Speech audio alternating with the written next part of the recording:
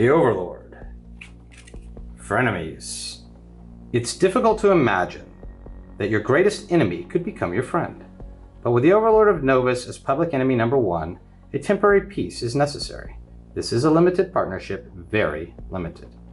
So what happens with Frenemies is each player should not move, kill, or alter the opponent's side of the board during this round, no matter what. This includes moving cards to their side. Okay, so nothing can happen on this side. If you're successful through your turn, then at the end of the round, you're gonna get 2 cards to your loyalist. If you're not successful, okay, the opposing player will choose 4 cards on anywhere on the board and move them to their allies. And this does not, of course, include allies, but if you break it, okay? So when does the break occur? It's just the same thing at the end of the round. Everything's at the end of the round. You do all these modifications. So let's take a look at the board.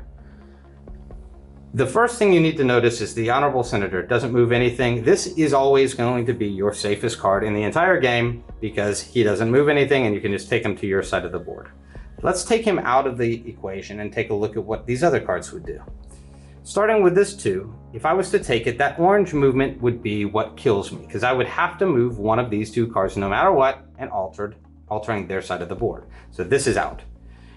This 8 looks interesting except that -4. It would force me no matter what to go 1 and I move 2, 3 or move these, it doesn't matter. They're all gonna go to their side of the board.